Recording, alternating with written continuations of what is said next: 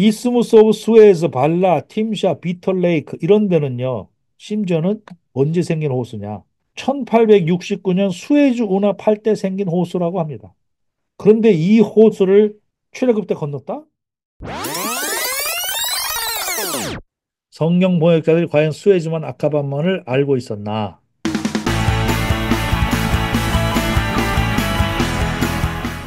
이게 옛날 지도입니다. 이게 헤로도토스라는 480년에서 425년 BC 기원전 5세기죠. 히스토리안이자 지오그래퍼, 지질학자죠. 이 사람이 그린 이 지도입니다, 이게.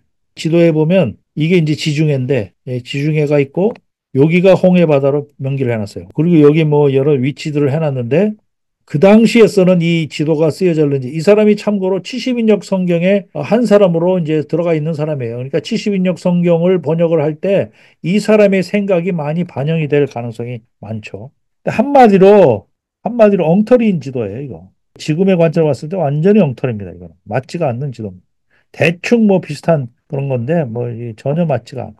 그리고 요세푸스라는 사람도 그 두꺼운 그 책을 썼지만은 그리고 엄청난 그 히스토리안이고 그러지만은 지리적인 그 인식은 정확하게 없었어요. 그래서 티그리스 강과 유프라테스 강 이런 거하고 홍해하고 막 이게 혼동했어요. 근데 사실 이거를 혼동할 만한 것이 한국으로 따져봤을 때도 우리 한국의 지도가 김정호인가요? 김정호인가요? 대동여 지도가 나온 게 뭐 언제입니까? 17세기, 18세기 이때 아닙니까? 그때 들어서 겨우 한국도 뭐 지도가 조금 있을까 말까 한 그런 상태니까 이 세계 지도도 마찬가지죠. 세계 지도가 제대로 그려졌을 리가 만무하죠. 그러니까 이런 그 대학자라는 사람들도 과학에 대해서 무지했듯이 지리에 대해서도 무지했다는 사실을 우리가 인식할 필요가 있어요. 지금처럼 우리가 뭐 구글 맵 보고 훤히 다 아는 그런 게 아니라 굉장히 이 지리적으로 잘 몰랐다는 사실을 우리가 인정을 해야 됩니다. 그래서 여기 보면 1570년 지도에도 보면 홍해가 전체 하나로 나타납니다. 1650년의 지도도 보면 여기 하나로 나타납니다. 이 즈음에서 1552년에서 마젤란이 세계 항해를 해가지고 상당히 많은 곳을 찾아냈는데 이때도 아까바만에 대한 항해는 제외가 됐습니다. 아까바만에 항해를 안 했어요. 마젤란이. 그러니까 밝혀지지 않은 거죠. 이때까지만 해도. 자, 1544년 지도에도 이런 식으로 사우디아라비아에 바다가 하나 있는 걸로 시내 반도에 대한 그 존재 자체가 없어요. 이 16세기에 나온 지도인데 여기에 프라미스 랜드라고 얘기를 하고 뭐 이렇게 되어 있는데 이것도 정확하지 않죠. 에돔이 그리스 시대 홍해 바다와 거리가 멀어요. 에돔하고 여기 바다하고 굉장히 거리가 멀어요. 실제로 성경은 에돔하고 이 바다가 굉장히 가까운 걸로 돼 있어요. 그래서 70인역 성경 번역자들은 당연히 에돔과 얌습을 연관시키는 것이 너무 혼동되었을 거예요. 성경에는 에돔하고 이제 좀 이따 보여드리겠지만 에돔하고 얌습, 홍해바다하고 연관되는 구절이 많이 나옵니다. 자, 요 1700년도의 지도는 겟셈이라고 요 고센이죠. 고센 땅과 바란 광야 뭐 이런 것들을 조금 해놨는데 신의 반도의 존재는 조금 여기 조금 이렇게 조금 구워진 상태로 이렇게 나타난 거죠. 1762년도의 사진도 보니까 이제 조금 이제 이게 인식하기 시작했어요. 여기 이쪽이 조금 인식하기 시작했어요. 이렇게 달라지는 걸 조금 인식하기 시작했어요. 1770년도의 지도입니다. 여기 18세기 프랑스 지도에 보면 특이한 게 여기 마디안이라고 미디안이라는 말이 처음으로 등장합니다. 여기 미디안도 굉장히 중요한데 미디안 옛날 말이 마디안이에요. 마디안이 등장을 합니다. 시내산이 있던 곳이 미디안 땅이기 때문에 이 지도도 굉장히 중요한 거죠. 여기에 사이나이라고 명기를 해놨어요. 여기 여기에 사이나이고 여기 호렙이라고 여기다 명기했어요. 그러니까 이제 그야말로 이제 뭐 대충 찍은 거죠. 대충. 레드시 17세기의 맵도 이렇고 여기는 좀 더 자세하게 있어요. 수르 광야 여기 있고 뭐 신광야 여기 있고 마라, 엘림, 에담 광야, 르비딤 뭐 이런 식으로 찍어놨어요. 여기 신광야, 바람광야. 지금의 개념을 봤을 때 이것도 그냥 뭐 내키는 대로 그냥 찍어놓은 겁니다. 이거 내키는 대로 그냥 찍어놓은. 자, 그러니까 레이크 팀샤 이렇게 이제 이렇게 와서 이렇게 레이크를 건넜다는 거야. 이렇게 와서.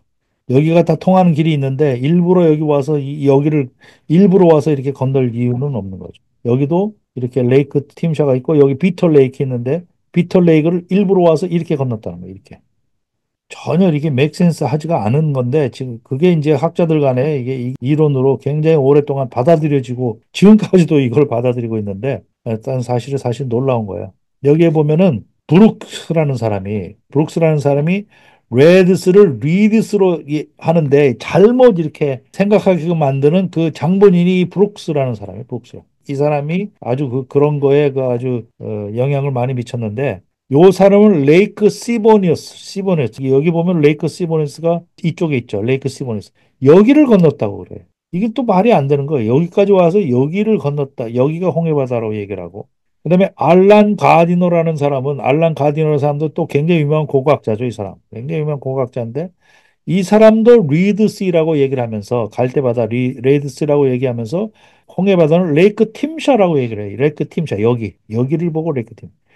여기라고 얘기를 합니다. 여기라고. 이스무스 오브 스웨즈, 발라, 팀샤, 비털레이크 이런 데는요. 심지어는 언제 생긴 호수냐? 1869년 수에즈 운하 팔 때 생긴 호수라고 합니다. 수에즈 운하를 파면서 생긴 호수래. 그전에는 없다가. 그런데 이 호수를 출애굽 때 건넜다? 그렇게 주장하는 것 자체가 참 말이 안 되는데 이 사람들도 나름대로 이유가 있겠죠. 이렇게 이집션 그 어원을 찾아가다 보니까 어원이 투입, 이집션 투입프라는 데서 와가지고 이게 파피루스 리드 스왑프다라는 것이 이 섭이 거기에서 보았다 해가지고 이제 그렇게 된 건데 나름대로 이유는 있는 거죠. 그렇지만 이 뭐 잘 모르는 사람도 이거 봤을 때 이 뭐 굳이 뭐 왜 여기를 건넜을까? 여기 마른 땅 놔두고 그런 의문이 당장 드는 거죠. 자, 여기에 보면은 이게 수에즈만이고 이게 이제 아까바만입니다. 이게 아까바만. 여기에 보면 수심 표시가 되어 있는데 이 수에즈만은 수심이 100m 정도밖에 안 돼요. 아, 이게 수에즈만이네. 50m 정도밖에 안 돼. 여기가 수심이. 그러니까 만만한 바다죠, 이거. 동풍이 불어서 갈라졌다고 얘기하기에 만만한 바다. 그런데 이 아까바만은 제일 깊은 데는 1000m가 넘습니다. 제일 깊은 데는. 무지무지하게 수심이 깊은 데. 그러니까 여기를 이런 데를 어떻게 동풍이 갈랐나 라고 이제 얘기를 하는 거고 또 갈랐다 하더라도 여기를 낭떠러지를 어떻게 건넜냐 라고 이제 얘기를 하는 거예요. 근데 놀랍게도 여기가 경사로 돼 있어요. 갑자기 낭떠러지로 쑥 떠지는 게 아니라 이제 경사로 돼 있는 곳이기 때문에 충분히 사람이 이제 갈 수가 있는 거죠. 자, 19세기 와서야 이렇게 시내 반도의 수에즈만과 아까바만의 구별이 아주 비교적 정확하게 이렇게 나타납니다. 그러니까 거의 20세기 이상 들어서 이 아까바만의 존재가 알려졌다라고 봐도 과언이 아닙니다. 자, 이게 언제 홍해바다에 대한 얘기고, 이제 우리가 미디안에 대한 얘기를 조금 볼 필요가 있어요. 성경의 현장을 찾아가는 여기는 갱한 TV. 성경의 현장을 찾아가는 여기는 갱한 TV. From Egypt 노예의 삶을 끝내고 홍해를 건너 물샘 가득한 리무지나 불과 구름 기둥 따라 광야 지나 마침내 다 다른 신의 산 하나님의 음성이 들리는 곳. 살아계신 하나님의 말씀은 진실된 믿음의 기록. 우리는 진리의 길을 찾아가는 엑소두스 아카데미.